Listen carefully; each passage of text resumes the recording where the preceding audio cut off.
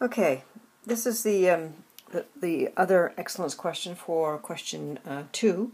I didn't do Newton-Raphson method. I think that it's fairly self-explanatory. If you can't do that, you need to revise your differentiation and just practice with doing questions where you'll get the right answer. And deciding on a starting point here for question 2b, I mean, you can pretty much decide wherever you want to start. But the reason that you decide is because there's clearly a change of sign. You've got to be talking about change of sign.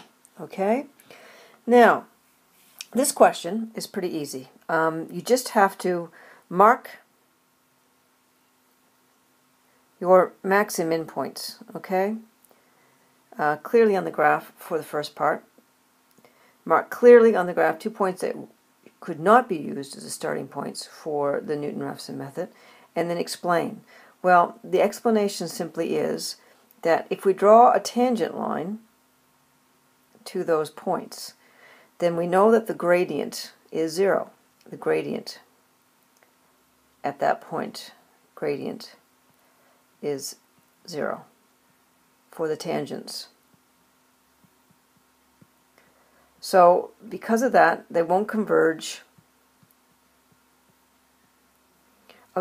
to a point on the x-axis because it's the differentiated expression there is undefined. It's 0, and you cannot get that now to cross an axis so that you can start to get closer and closer and converge to a point on the graph. It's quite simple.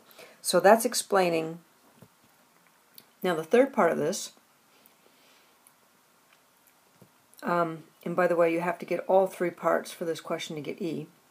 Could the 2 points you have marked be used as a starting interval for the bisection method? They could explain which root the bisection measure would converge to, starting with the interval. So these 2 points can be used because you can see that they have that positive versus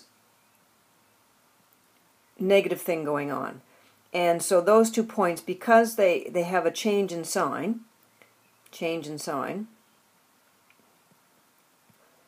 they're going to converge to a point. They're going to be able to converge to a point. And the point is going to be midway. The point will be midway between those roots, midway. Right? Middle, I mean, the root's going to be halfway between those, and they're going to converge halfway between. And that's all you have to say. There's nothing particularly fancy about that. But you need to mention that they will converge because you've got a positive and a negative sign, so they have change of sign. So they're going to converge, and the interval is going to end up being halfway between the interval that exists here.